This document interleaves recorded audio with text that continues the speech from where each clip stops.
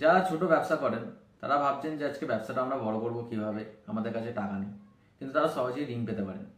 MSME এই স্কিমের মাধ্যমে আপনারা ঋণ পেতে পারেন। তো এটা উদ্যম পোর্টালে গিয়ে আবেদন করতে হয়, কিন্তু এইটা আবেদন করার আগে আপনাকে কিন্তু আপনি যে ব্যবসাটা করেন সেটা নিবন্ধন অবশ্যই করতে হবে। সেকেন্ড যে স্কিমটার কথা বলবো সেটা প্রধানমন্ত্রী মুদ্রা যোজনা।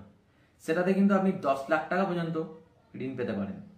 এবং আরবিআই কর্তৃক যেসব ব্যাংকগুলো আছে, যেমন Indian bank, Punjab national bank, SBI bank, তো এই ব্যাংকগুলো থেকে আপনি সরাসরি এই ঋণ পেতে পারেন।